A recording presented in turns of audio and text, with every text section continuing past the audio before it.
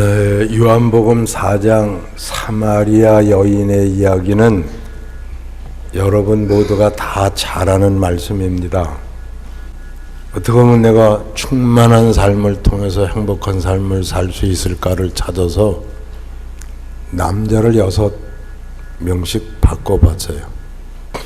어떤 때는 잘생긴 남자를, 어떤 때는 돈 많은 남자를, 어떤 때는 권력이 있는 남자를, 어떤 때는 공부를 많이 한 남자를, 이런저런 남자를 찾아서 6번씩 남자를 바꿔가면서 자기가 충만한 삶을 살아보려고 애를 썼는데 이제 충만하지를 않더라는 거죠. 그럼 이 여인이 어떻게 해서 충만한 삶을 살게 되었는가?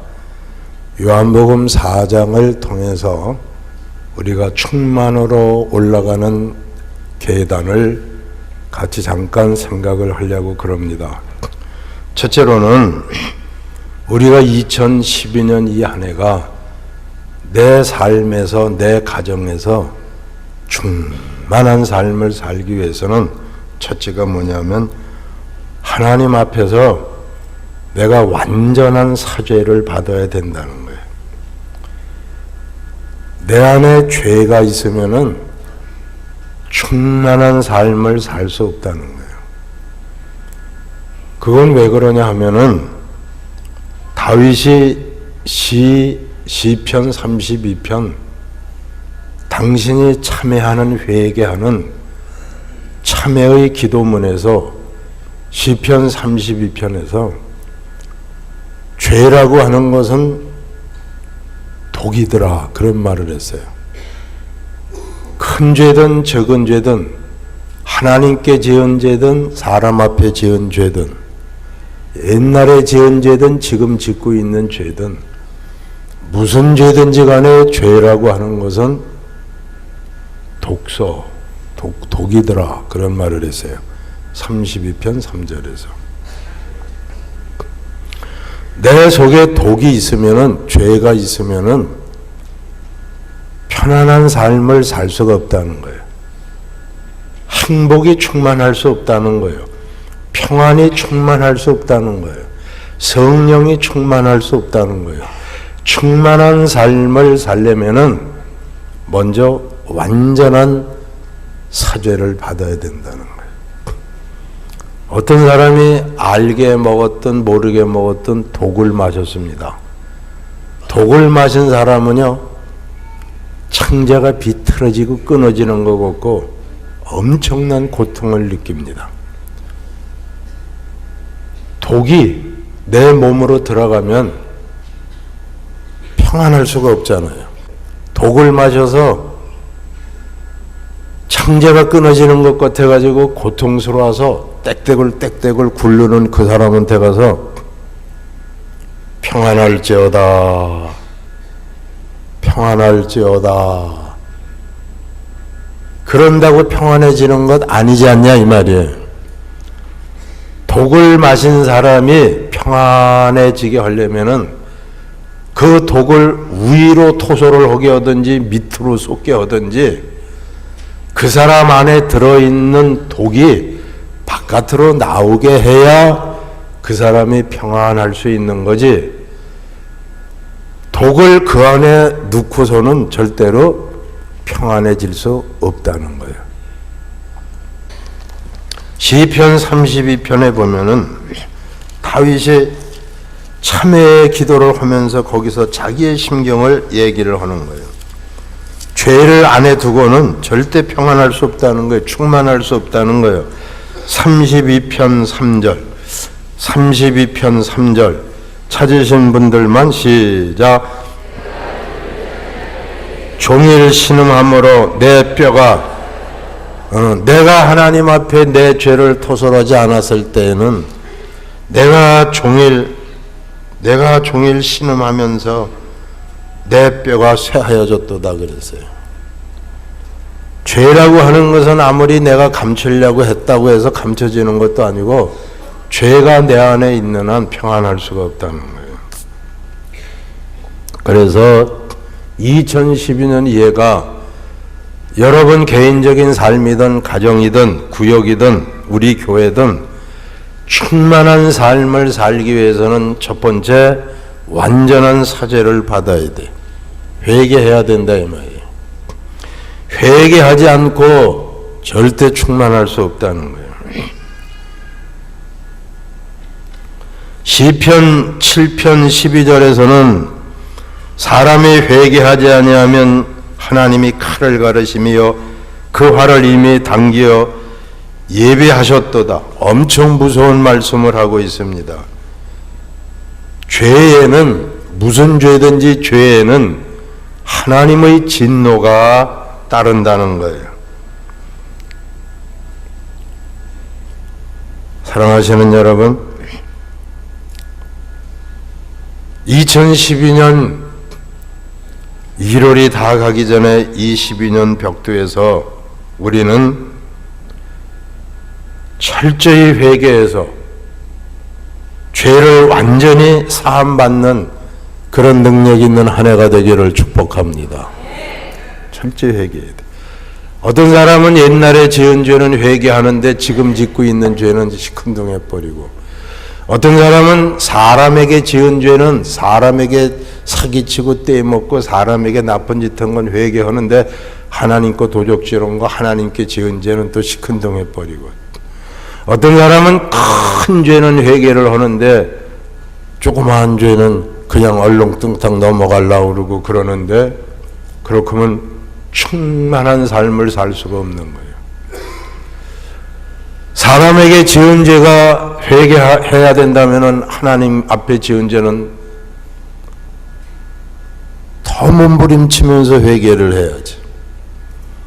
우리 모두 생각나는 모든 죄들을 하나님 앞에 철저히 회개해서 긍휼이 풍성하신 하나님으로부터, 사랑이 풍성하신 하나님으로부터, 내 죄를 담당하시기 위해서 십자가에서 대속의 죽음을 죽으신 그 예수님으로부터 완전한 사죄를 받는 그런 능력 있는 오늘 거룩하고 복된 주일이 되기를 주의 이름으로 축복합니다.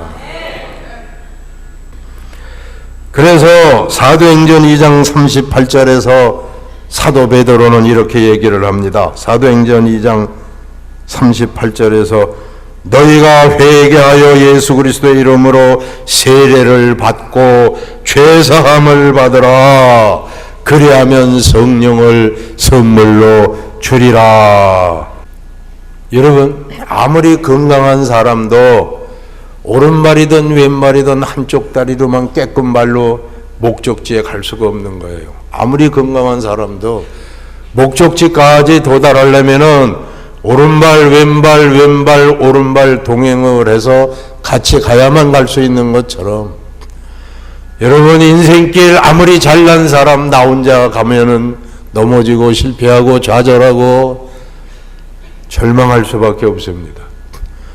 나와 성령, 성령과 나와 성령, 성령과 내가 동행을 하면서 가야 여러분 인생길 굽이굽이 어떤 골짜기, 어떤 오르막길, 어떤 내리막길에서도 감사하면서 승리할 수 있는 거예요. 완전한 사죄함을 받아서 2012년 이 한 해가 여러분들이 생각을 하기에도 참 충만한 해였다는 간증이 고백될 수 있기를 축복합니다. 두 번째는 뭐냐면은 성령과 동행하는 삶을 살아야 돼. 우리가 얼핏 생각하기에는 돈만 있으면 되고 권력만 있으면 되고 쾌락만 있으면 될 것처럼 생각을 하지만 아니에요. 성령과 내가 동행하는 삶, 나와 성령이 함께 가는 삶을 살 때, 그 성령님이 인도하시는 삶을 내가 순종하며 살 때 우리는 충만한 삶을 살 수가 있는 거예요. 여러분 2012년은 누가 뭐라고 해도 여러분 꼭 생각도 말도 행함도 성령으로 충만하시기를 축복합니다. 하나님 우리 가정에 어느 문을 열어도 성령의 충만함을 딴 사람들이 느끼게 해주세요. 하나님, 어떤 사람이 우리 교회 문을 열고 들어와도 이 교회는 성령님이 목회하시는 교회구나, 성령님이 역사하시는 교회구나, 성령의 바람이 불어오는 교회구나, 성령의 계절이 있는 교회구나, 성령의 열매가 주렁주렁 열리는 교회구나, 누가 처음 오는 사람이 있어도 성령의 역사를 느낄 수 있게 하여 주시옵소서. 하나님, 내가 아무리 힘들고 어려운 삶을 살더라도 누가 나를 툭툭 건드려도 내게서 나오는 것은 성령밖에 없게 하여 주시옵소서. 성령으로 충만케 하여 주시옵소서. 그러기 위해서는 시편 119편 131절 성경에 보면은 갈망해야 된다는 거예요. 성령을 간절히 내가 갈망하고 성령을 내가 간절히 사모해야 된다는 거예요. 시편 119편 131절에 보면은 내가 주의 계명을 모함으로 사모함으로 입을 열고 헐떡거리며 갈망한다고 그랬어요.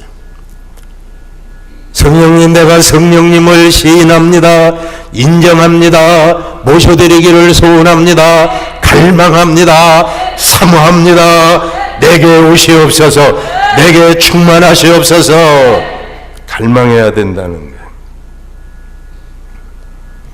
누가복음 11장 13절에 너희가 악할지라도 생명을 달라는 자식에게 뱀을 주지 않거늘 하물며 너희 하늘 아버지께서 구하는 자에게 왜 성령을 주시지 않겠느냐. 구하는 자에게, 사모하는 자에게, 갈망하는 자에게 성령을 선물로 주리라. 사도행전 5장 32절에서 순종하는 자들에게 성령을 주리라. 할렐루야. 회개하라고 하면 회개하세요. 순종하기만 하면 성령을 주시겠다고 약속을 하셨습니다. 회개하라고 하는데 회개하지 않으면 불순종이죠. 그런 사람은 백날 가도 성령의 사람이 될 수가 없습니다. 성령의 사람이 되지 않으면 충만한 삶을 살 수가 없습니다. 사랑하시는 여러분, 절대 고해와 같은 인생길, 모진 인생길, 힘든 인생길 여러분 혼자 가지 마세요. 특별히 2012년 이 한 해는 꼭 나와 성령과 내가 동행하는 그런 한 해가 될 수 있기를 축복합니다. 그러면 성령이 나와 함께 가시는데, 성령님이 목회하는 교회에 출석하는데 내 기도, 무슨 기도를 하든 짧은 기도를 하든 긴 기도를 하든 무슨 기도를 하든 나는 성령으로 기도를 하는데 여러분 충만, 평안도 충만, 기쁨도 충만, 모든 것이, 건강도 충만, 모든 것이 충만한 삶을 살게 될 줄로 믿습니다. 셋째로 충만의 계단은, 충만으로 가는 길은 세 번째 뭐냐면 성경을 먹어야 된다는 거예요. 에스겔 2장 8절 성경에 보면은 하나님께서 에스겔 선지자에게 두루마리 성경을 내주면서 받아 먹으라 그런 말을 해요. 에스겔 2장 8절에 나오는 얘기예요. 두루마리 성경을 주시면서 뭐라고 그랬다고요? 받아 먹어라. 성경을 날마다 읽는 것이 성경을 먹는 거라는 거예요. 하나님의 말씀을 이렇게 주의 전에 나와서 간절히 사모함으로 듣는 것이 성경을 먹는 거라는 거예요. 하나님의 말씀을 가르칠 때 듣고 배우는 것이, 깨닫는 것이 말씀을 먹는 거라는 거예요. 이렇게 말씀을 사모하는 나에게 성령 충만의 사람이 되게 하여 주시옵소서.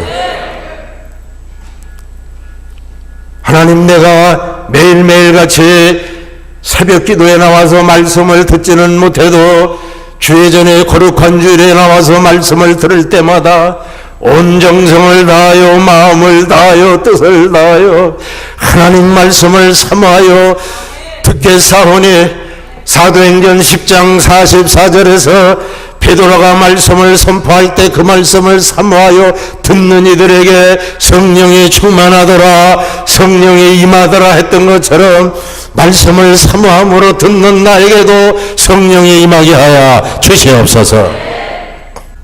주여, 말씀을 읽든지 듣든지 배우든지 그 하나님의 말씀이 내게는 꿀송이보다 더 단 말씀으로 다가오게 하여 주시옵소서.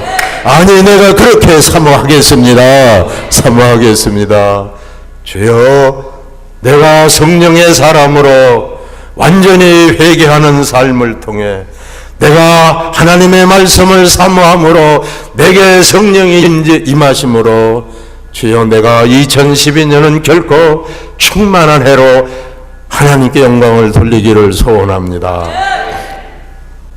복 있는 사람은 하나님의 말씀을 주야로 묵상하는 자라고 말씀하셨는데, 하나님, 이 한 해에 내가 하나님 주시는 복이 충만하기 위해서는 내가 깨달은 말씀을 묵상하면서 살게 하여 주시옵소서. 반드시 2012년 이 한 해는 하나님 내게 건강도 충만하고 기쁨도 충만하고 성령도 충만하고 이 복된 충만한 한 해가 되기를 소원합니다. 하나님의 말씀은 성령의 감동으로 기록된 말씀이기 때문에 말씀 충만하면 곧 성령 충만의 사람이 된다는 거예요. 그런데 여러분, 1년 12달 365일이 다 가도 마태복음 한 권, 28장밖에 안 되는 마태복음 한 권도 한 번도 읽어보지 못하고 한 해를 보내는 사람들이 얼마나 많습니까? 여러분, 요한계시록 1장에 보면은 그런 말씀이 있어요. 이 말씀을 읽는 자와 이 말씀을 듣는 자와 이 가운데 기록한 것을 지키는 자들이 뭐가 있도다? 복이 있도다 그랬어요. 여러분, 요한계시록 말씀을 읽기만 해도 복이 있다는 거예요. 요한계시록 말씀을 듣기만 해도 복이 있다는 거예요. 그 가운데 기록한 것을 지키면 복이 흘러넘친다는 거예요. 그러면 여러분, 66권을 다 읽을 수 없으면 요한계시록만이라도 제발 좀 이 한 해는 읽었으면 좋겠어요. 가정예배 때마다 요한계시록 읽으세요. 내가 완전한 회개를 해서 사함을 받고, 할렐루야, 내가 성령 충만으로 성령과 동행하는 삶을 살고, 할렐루야, 그 다음에 내가 뭐를 먹으면, 말씀을 잘 먹으면 충만의 길로 우리가 들어서는 거예요. 그 다음에 또 하나는 바른 신앙을 확립해야 돼. 여러분 생각해 보세요. 완전한 회개를 받았습니다. 성령을 간절히 갈망하고 사모해서 내가 성령의 사람이 되기를 소원해서 성령이 내 안에서 역사하십니다. 그리고 하나님의 말씀을 내가 읽기를 즐거워하며 듣기를 좋아하며 말씀 묵상하는 것을 꿀송이보다 더 달게 느낍니다. 그런 사람이 되면은 다른 건 몰라도 믿음 하나는 바로 서야 되지 않냐 이 말이에요. 바른 신앙을 확립해야 되지 않겠느냐 이 말이에요. 바른 신앙이라는 게 뭐냐면 예수님 중심의 신앙이 바른 신앙이에요. 근데 우리는 때로는 아니 거의 매일 내 중심으로 신앙생활 한단 말이야. 나 복받기 위해서 예수 믿고 내 새끼 잘 되라고 예수 믿고 다 내가 중심이 되는 거예요. 내가 중심이 되는 신앙은 바른 신앙이 아니야. 왜냐하면 내가 중심이 되다 보면 내가 잘못되고 내가 중심이 되다 보면 가정에 무슨 시험이 닥치면은 믿음도 그냥 툭툭 털어버리게 된단 말이에요. 그렇게 되면 안 된다는 거예요. 여러분, 그래서 사도 바울은 이렇게 말했어요. 바른 신앙생활이라는 것은 살든지 죽든지 내 몸에서 그리스도를 존귀케 하는 것이라고 그랬어요. 그리스도만 존귀케 되는 거다. 살고 죽는 것은 문제가 아니라는 거예요. 살든지 죽든지 어떻게 하면 내게서 그리스도를 좀 더 높이고 그리스도를 예수 그리스도의 복음을 전할 수 있을까? 그것만 생각한다는 거예요. 내가 중심이 될 때 내 소원이 내 욕심이 관철되지 않으면 믿음도 병듭니다. 원망하게 됩니다. 불평하게 됩니다. 여러분, 주님 중심, 십자가 중심의 신앙생활을 할 수 있기를 축복합니다. 그러면 이게 더딘 것 같고, 이게 지는 것 같고, 쫄리는 것 같고, 미치는 것 같고, 이게 꼭 무슨 병팔이 되는 것 같아도 아니라는 거예요. 그게 바로 너 충만의 길로 가는 거라는 거예요. 여기 스스로가 똑똑하다고 생각하는 사람, 앉은 사람들 이 얘기를 좀 잘 들어야 돼요. 여러분, 도덕은 우리 기독교보다 유교가 더 나아요. 도덕은. 철학은 우리 기독교보다 불교 쪽에 더 깊어요. 그럼에도 불구하고 우리 기독교가 다른 종교에 비해서 우월하다는 것은 십자가가 있기 때문에 그런 거예요. 할렐루야! 십자가는 근데 내동병이 치고 기사와 이적 엉뚱한 거나 찾고 이산저산 돌아다니면 그건 무당 종교하고 똑같다는 거예요. 신비적인 것, 무슨 철학적인 것, 그거는 바른 신앙이 아니라는 거예요. 뭐가 바른 신앙이냐? 예수님 중심의 신앙. 끝으로 하나만 더 생각을 합시다. 끝으로 우리가 2012년 이 한 해가 충만해지는 길로 들어가기 위해서는 내가 가진 만큼, 그러니까 내 힘만큼 힘 주시는 대로 일하는 거예요. 뭐 하는 거다고? 일하는 거. 내 힘이 10만큼 있으면 10만큼 일하는 거고, 5만큼 있으면 5만큼 일하는 거고, 하나만큼 있으면 하나만큼 일하는 거예요. 5 가진 사람이 7, 8 힘 생길 때까지 난 아무것도 안 해. 힘 하나 가진 사람이 나는 힘 3, 4, 5 생길 때까지 아무 일도 못 하겠어. 이러면 충만의 길로 갈 수 없다는 거예요. 이렇게 하면 안 된다는 거예요. 힘만큼 일을 해야 된다는 거예요. 힘이라고 하는 것은 쓰는 사람에게 더해지고, 힘이라고 하는 것은 사용하는 사람에게 더 힘이 생기는 거지. 그렇지 않습니까?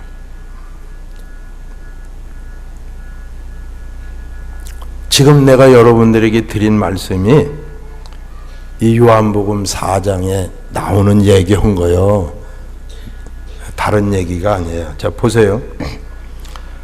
이 요한복음 4장에 나오는 수가성의 이 여자가 남편을 몇 번 바꿨어요? 6번 바꿨어요. 남편을 6씩이나 바꾼 이 여자가 죄는 구석구석에 숨겨놓고 점잖은 채, 숙녀인 채 그런단 말이에요. 누구 앞에서? 예수님 앞에서. 예수님 앞에서 자기가 아주 숙녀인 것처럼 아주 점잔을 떨고 아주 죄는 숨겨놓고. 그때 네 남편이 누구냐고 묻는 예수님에게 남편이 없다고 그러니까 예수님께서 남편이 없다는 네 말이 옳겠지. 지금 사는 남자도 6번째 남자니까 얼마 안 있다가 또 바꿀 테니까 예수님께서 그 속을 들여다보시고 확 쏴버렸어요. 이 여자가 순간적으로 아이고 도대체 이분이 어떤 분이길래 내 속을 이렇게 훤히 들여다보시고 나의 과거에 대해서 오늘에 대해서 이렇게 잘 알고 계시는가. 이분 앞에서는 숨기면은 큰일 나겠구나. 숨길래야 숨길 수도 없겠구나. 이분 앞에서 숨기는 것은 어리석은 짓이구나. 그리고 자기의 모든 죄의 보따리를 다 터뜨려 놨어요. 죄를 다 예수님 앞에서 쏟아놨어요. 이때 예수님께서 그 수가성 여인에게 따라 안심하라. 네 죄 사함을 받았느니라. 할렐루야. 이 여인이 충만한 삶을 살게 된 것은 제일 첫 단계가 예수님 앞에서 회개하고 죄의 보따리를 터뜨리고 완전한 사죄를 받고 나서라 이 말이에요. 그리고 이 여자가 예수님께서 하시는 말씀을 예수님 앞에서 한 말씀 한 말씀을 다 사모함으로 듣는 거예요. 저분이 내 속은 들여다봐도 이 말씀은 지금 시대에 안 맞는 말씀이다, 맞는 말씀이다, 그렇게 논하지 않고 그 예수님 입에서 나오는 말씀 하나하나를 다 사모함으로 들은 거예요. 할렐루야. 말씀을 먹은 거예요. 잘 먹은 거예요. 자기의 죄 보따리를 다 풀어놓고 회개하고 따라 안심하라. 내가 네 죄사함을 받았느니라. 주의 음성을 듣고 그분 입에서 나오는 말씀을 간절히 사모하다 보니까 그 여인의 영혼 기쁜 곳에서부터 생수가 강같이 흘러넘치는 거예요. 할렐루야. 내가 누구인지를 알았다면은 내가 주는 물을 마시면 영원히 목마르지 않을 텐데 그 물을 네가 사모했을 텐데 그 물이 바로 그 생수가 강같이 그 물이 흘러넘치는 거예요. 할렐루야. 지난주일날 요한복음 7장 37절 38절에서 생수는 뭐라고 그랬습니까? 성령이요. 그래서 이 여인이 죄사함 받고 말씀을 사모하고 지금 영혼 깊은 곳에서부터 뭐가 흘러넘쳐요? 생수 같은 성령이 흘러넘치는 거예요. 지금까지는 돈 많은 사나이를, 지금까지는 권세 많은 남자랑, 지금까지는 권력 있는 남자를 만나 살면 행복할 수 있을 거라고 생각을 했는데, 인물 잘난 사나이를 찾아다녔는데, 향락만을 찾아다녔는데, 이제는 그런 거 다 끊어내고 집어내버리고 성령과 동행하는 삶을 살기 시작했습니다. 성령과 동행하는, 성령의 사람이 돼서 그 성령님이 내 생각을 지키시고 다스려 주시고 내 마음을 지키고 다스려 주시니까 성령이 이끄는 대로 인도하는 대로 살게 되니까 기쁨이, 평안이 내 영혼 깊은 곳에서부터 샘솟듯하는 거예요. 성령과 동행하게 되는 거예요. 그리고 지금까지는 세상 것만 커 보이고 세상 것만 붙잡으려고 쫓아다녔는데 동분서주했는데 이제는 주님보다 더 귀한 것이 없는 거예요. 예수님보다 더 귀한 것이 없는 거예요. 이제 이 수가성 여인에게는. 그래서 물동이도 내버리고 모든 것을 다 집어내던지고 동네로 뛰어들어가는 거예요. 뛰어들어가서 전도를 하는 거예요.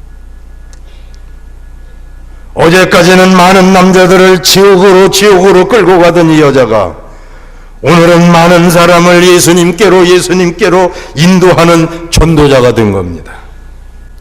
사랑하시는 여러분, 우리가 지금까지 신앙생활을 한다고 하면서도 유치하고 성숙되지 못한 그런 어린애 같은 신앙을 가지고 조그만 일에도 먼저 서운하고 삐치고 그냥 주의 일을 하기보다는 주의 일에 방해를 놨다고 하면은 2012년에는 정말 여러분 주의 일을 하는, 그래서 모든 것이 충만해지는 하나님의 은혜 위에 은혜, 복 위에 복을 누릴 수 있기를 축복합니다.